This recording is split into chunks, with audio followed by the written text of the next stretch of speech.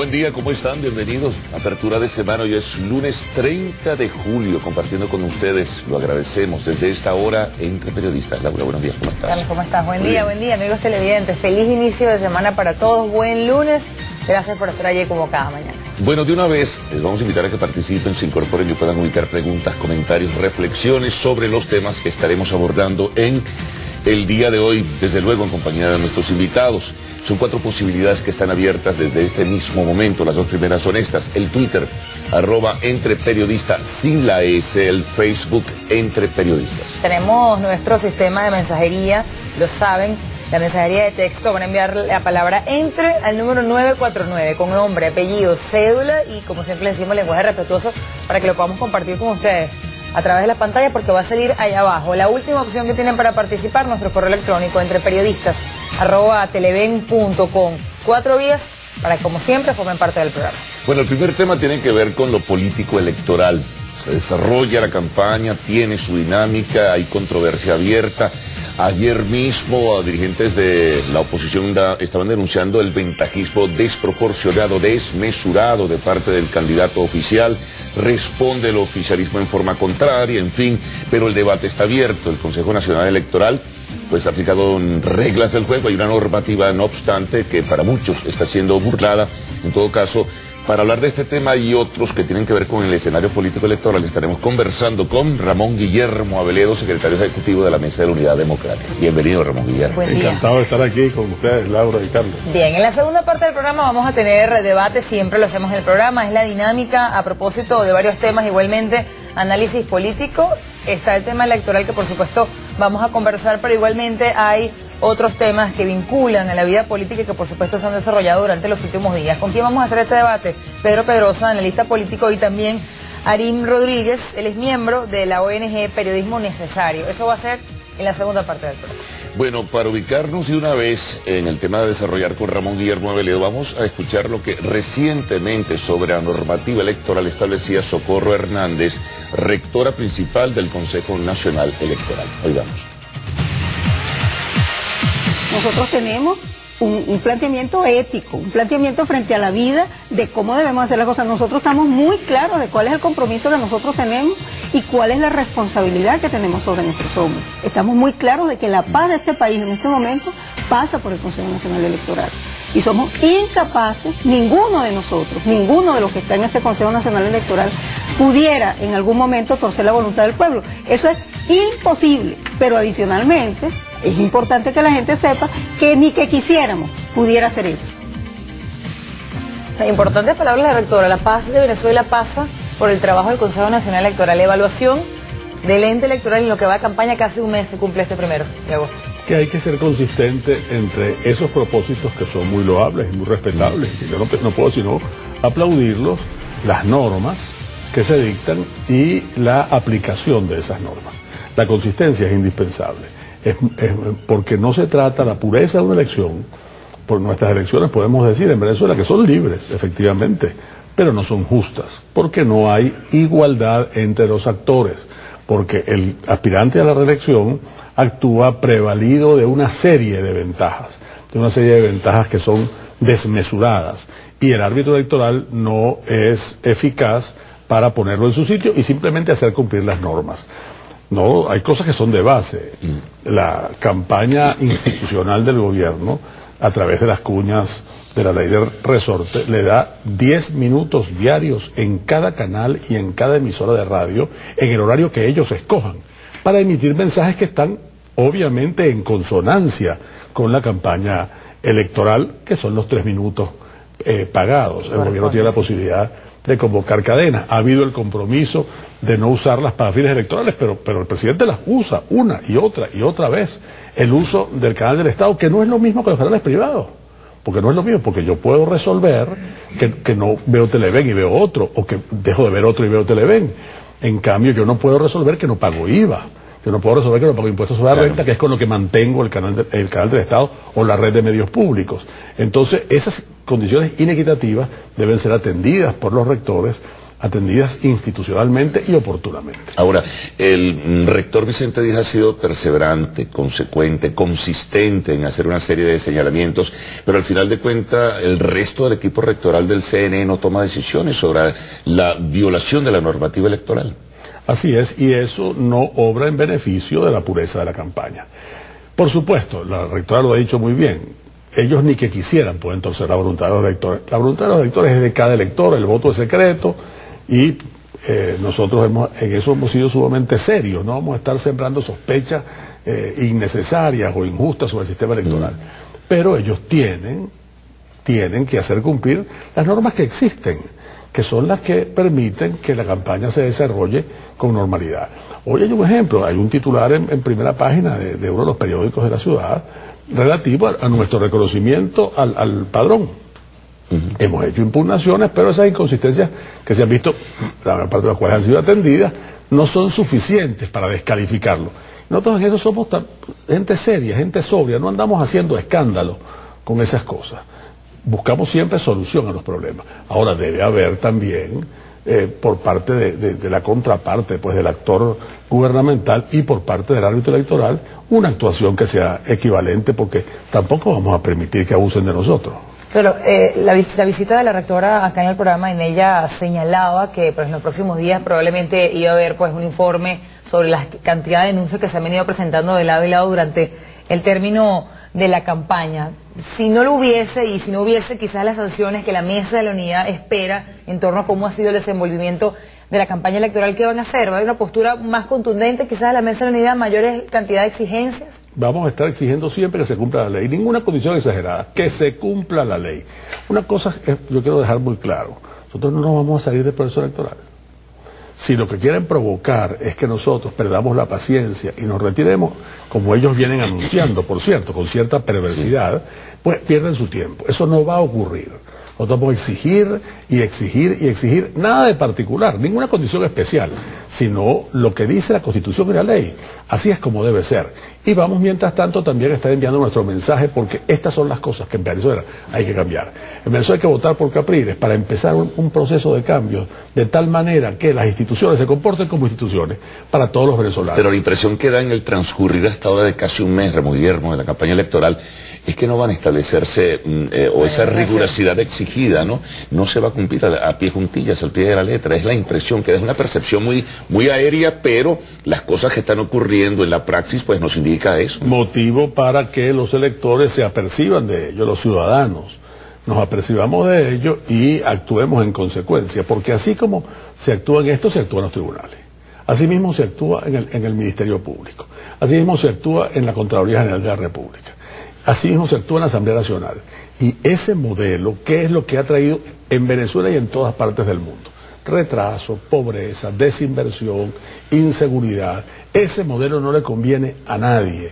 Y finalmente, la misma rectora nos ha dicho en sus palabras, el arma que tenemos los venezolanos en la mano, que es nuestro voto. El voto sí lo tenemos, el voto es secreto, el voto no hay manera de irrespetarlo, y esa es nuestra herramienta para cambiar las cosas en el país. Ahora, ella habla de paz, una palabra que suena gruesa, ¿no?, cuando se trata de un proceso electoral. En este sentido, ¿hay indicios que pudiera presentarse una situación, digamos, en el marco de las fricciones, una situación que pueda perturbar el proceso electoral y la dinámica misma de la campaña? Nunca por parte nuestra, que somos gente de paz de verdad, verdad. Ahora, si la rectora dice eso, debe tener elementos para hacer una afirmación tan seria, y por lo tanto debería actuar en consecuencia, porque uno es esclavo de lo que dice. Cuando uno dice una palabra, pues la está usando, y se supone, y más una persona de una tal jerarquía en el Estado, que la ha pensado, que la ha calibrado. Por lo tanto, si de la actuación de uno depende nada menos que la paz de los venezolanos, uno tiene que actuar en consecuencia. Bueno, vamos a hacer una pausa, vamos a tocar otros temas, campaña electoral, se habla de números, al regreso en Entre Periodistas.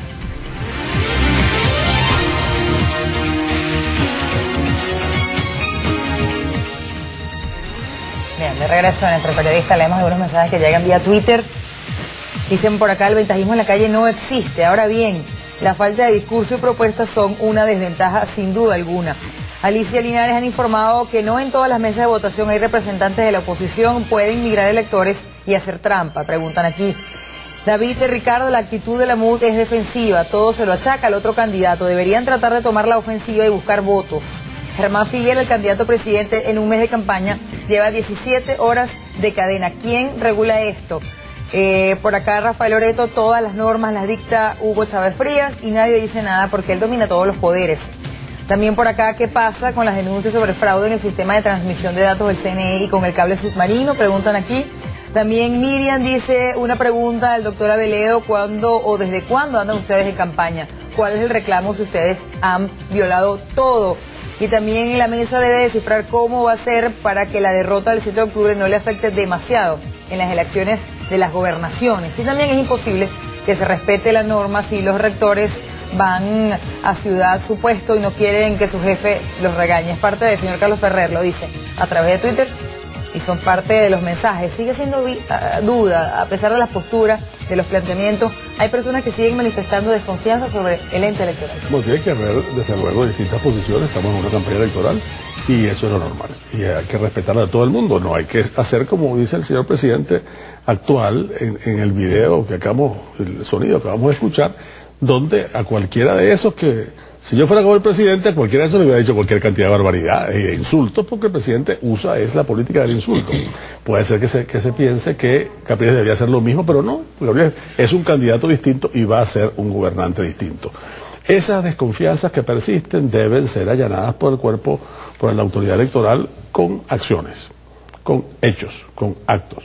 Entonces, por ejemplo, no tenemos inconveniente en decir si hubiéramos encontrado algún indicio de fraude en el sistema de transmisión o en la cuestión del cable, lo habríamos dicho, porque no seríamos irresponsables. Tampoco vamos a ser irresponsables diciendo que lo hay si no lo hemos encontrado.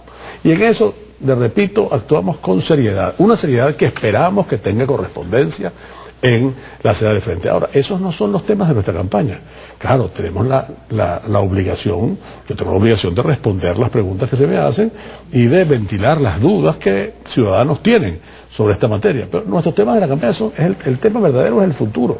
Nuestros temas de la campaña son el empleo, la inseguridad o la seguridad que nosotros debemos tener, los programas sociales que para la gente más necesitada debe haber, la necesidad que tenemos en Venezuela de un gobierno que estimule el progreso.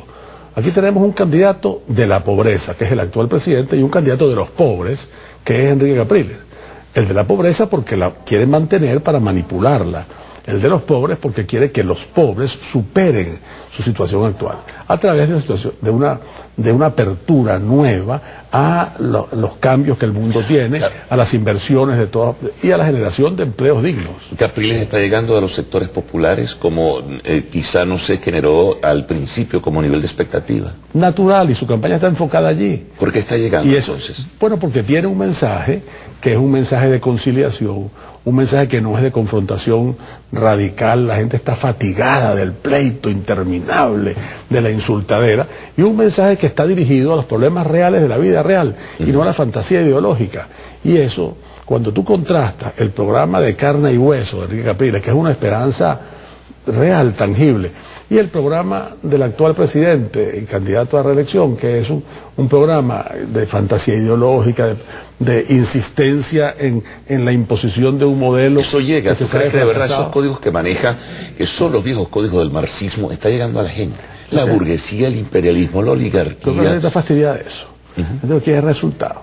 La gente lo que sabe es que la impunidad ha aumentado dramáticamente, que este año van... En la primera mitad del año, cuando cerró el primer semestre, a fin de junio, se había muerto más gente en Venezuela por la violencia que en Siria, chicos, que hay una guerra. En Venezuela tenemos la inflación más alta de América Latina y una de las más altas del mundo. Si en las Olimpiadas de Londres, ahorita, oye, por cierto que Jessica Morales clasificó, chico, qué maravilla, Jessica para clasificar para la final de gimnasia. Si en esas Olimpiadas hubiera inflación, se compitiera, sacaríamos medallas. En eso sí. Claro, eso es terrible. Le dirían los sectores que favorecen al presidente de la República que con ese escenario país que señala y teniendo una campaña que se asegura ha sido efectiva del candidato de la oposición, ¿por qué no se sitúa en el primer lugar de las encuestas? Ninguno lo sitúa en ese momento así. O ciertamente el factor miedo, como señalan algunos, se está manifestando en esas encuestas. Fíjate, yo no quiero descalificar ninguna encuesta. porque hay distintos factores que inciden en ella, inclusive pues las muestras que toman. Ahora, están como en la elección del 2010, ¿eh?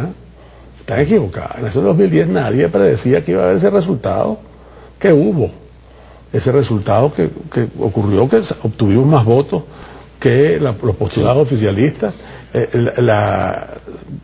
Yo vi que gente que nos encuestas serísimas, que nos daban 32 diputados, 35 diputados, 41. Me dijo uno a mí directamente, sacarán como 41. No imito para que no se sepa de quién estoy hablando. Y sin embargo, bueno, pues pasó lo que pasó. Los encuestadores se han convertido en una especie de analistas políticos también. Y además hay una cosa, que es fácil seguir una campaña electoral como una carrera de caballo. Es más sencillo y uno entonces puede ser objetivo. Bueno, la cosa va así. Y no acerca de su significado. ¿Qué significa esta campaña para nosotros los venezolanos? ¿Qué es lo que está en discusión en realidad? Nosotros queremos un futuro parecido al de Cuba, eso es lo que queremos, que entonces dentro de 50 años se den cuenta que no sirve y empiezan a hacer reformas para que la gente, bueno, coma y para que se... Bueno, fíjate tú, en Cuba ahorita han liberalizado el mercado de la vivienda, de manera que la gente pueda vender su casa. Aquí a comprar también, ¿no? Y comprar su casa. Y ahora, aquí estamos haciendo lo contrario. Aquí estamos rigidizando el mercado inmobiliario de manera que la gente tenga inconvenientes para vender o comprar su vivienda. Y te otorgan títulos de adjudicación y no títulos de propiedad. En China han reformado las leyes para conocer la propiedad. Aquí, a despecho de la Constitución, reforman las leyes para que la propiedad se limite. Ahora, porque es el camino que queremos, el camino de Cuba, para que entonces dentro de 50 años se den cuenta los señores en el gobierno que, ay, esto no servía, qué horror, y empiecen a cambiar con generaciones que pierden su vida. No, tenemos esa opción. O tenemos la opción de un gobierno constructivo, un gobierno que se abra, un gobierno de progreso, un gobierno que sea capaz de hacer énfasis en los problemas sociales, pero porque la sociedad produce, porque la sociedad crece, prospera y aumentan las oportunidades para todos. Esa es la disyuntiva que tenemos por delante. Y tenemos un presidente que si en 14 años pues ya hizo lo que hizo. Ya no decir, bueno, ahora que esto es nuevo, sí.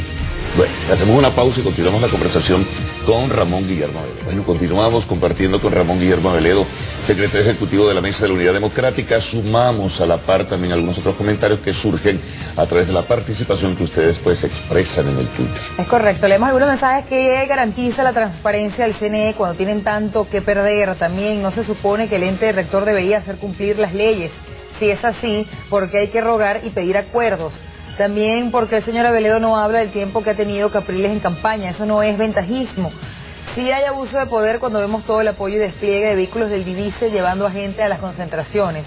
También por acá, ¿cuál será el papel de Ramón Guillermo Aveledo en el gobierno de Capriles? Porque el primer gobierno democrático tras 14 años requerirá de los mejores. Le preguntan aquí. Lo de ayer en Guayana fue una verdadera encuesta. Le ganamos al gobierno de Ferrominera. Los trabajadores no son de la CIA. Y dicen por acá, siguen desconociendo las encuestas, como desconocerán los resultados. Todas las encuestas dan la victoria de Chávez. Son parte de los mensajes. Y siguiendo con este tema de la campaña, hay mucha gente que pide un debate entre los candidatos. Para muchos es una cosa imposible de lograr, pero la Mesa de la Unidad va a hacer una solicitud oficial para que eso se dé independientemente de la respuesta que haya del Comando Carabobo. Por cierto, y permíteme hacer una referencia, este señor no fue el que perdió con Capriles para la gobernación de Miranda, que está no se le pasa todavía la calentera. Debería, después de lo bien que le ha ido, debería pasarse de la calentera. Porque, oye, qué reconcomio tan grande, qué empeño, si el candidato de la burguesía y todas esas cosas fuera tan majuncha así como dice el jefe de él, bueno, pues, ¿cómo será él que lo raspó teniendo todas las ventajas del poder y perdió en esa elección en Miranda? Así que debería ser más discreto, más modesto y más democrático de aceptar los resultados. Pues mira, nosotros hicimos debate entre nuestros precandidatos, varios debates, con toda claridad y con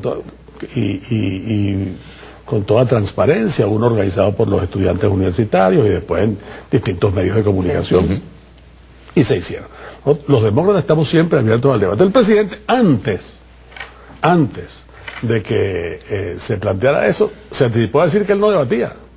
Además que él no debate con la nada, que es su manera de referirse a nosotros y a la opción que representamos y a nuestro candidato presidencial. Nosotros estaremos siempre abiertos a discutir, claro, con reglas, con normas, con claridad, de tal manera que la gente pueda haber una cosa y la otra, pero si el gobierno, que es tan arrogante, no está dispuesto a contrastar sus opiniones directamente, pues prefiere dar una versión de lo que decimos nosotros para pelear con eso, de todas maneras ahí están los ciudadanos y tienen la oportunidad de ver lo que uno y otro están planteando. Pero parece poco probable, en principio parece poco probable. Sí. Sería deseable, eso sí, pero muy poco probable. Porque... Muy poco probable, porque ellos lo han dicho.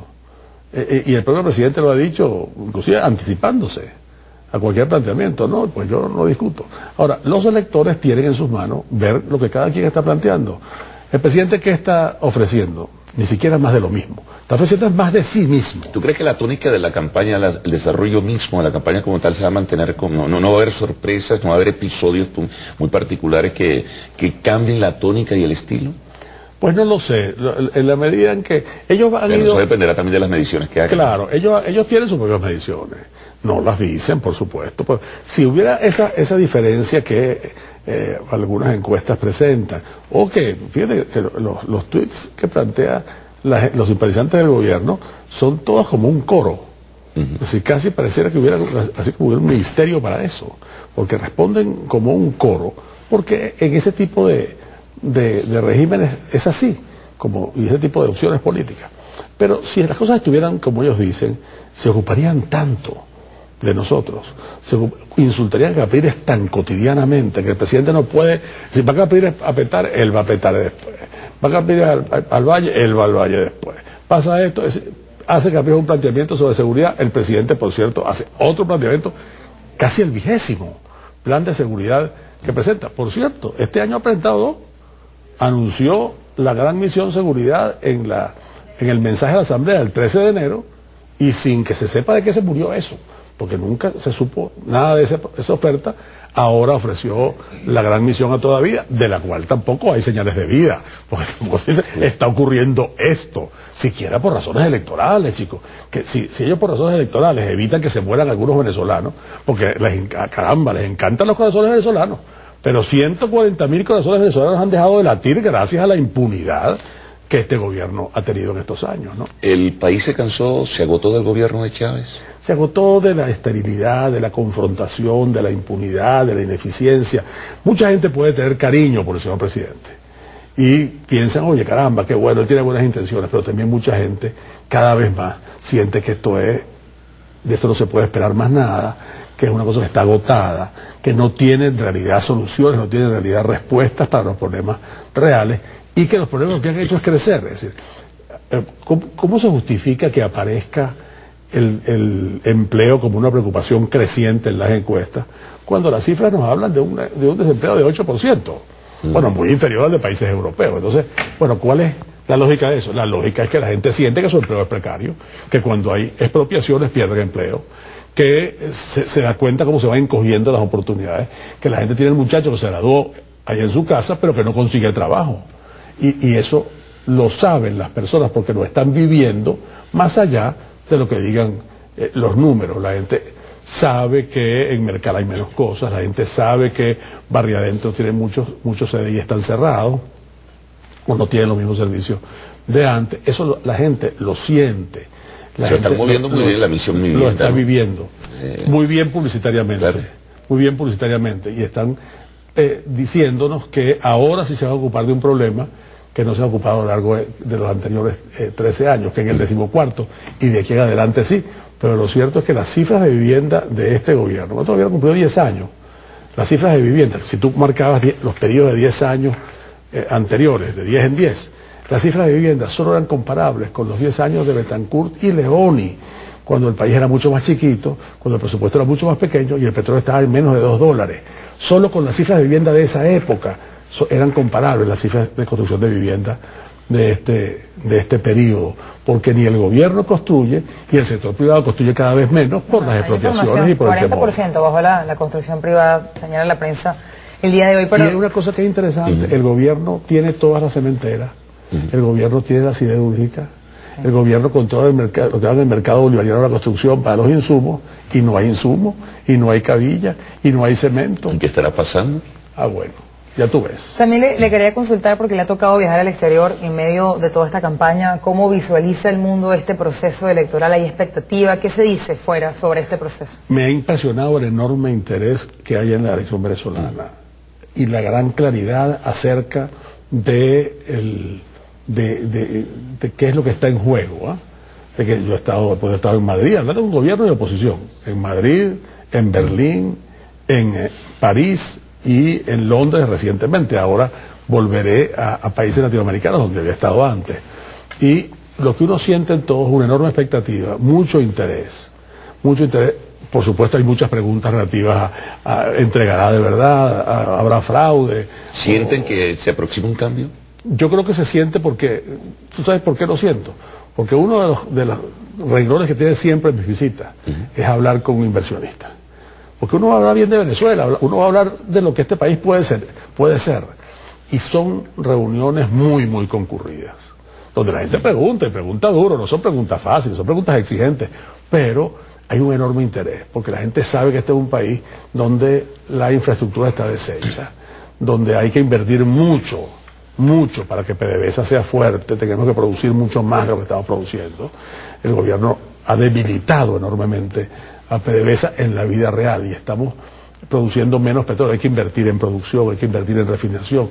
Nosotros tenemos además toda la cantidad de cosas en el turismo que pudiéramos tener.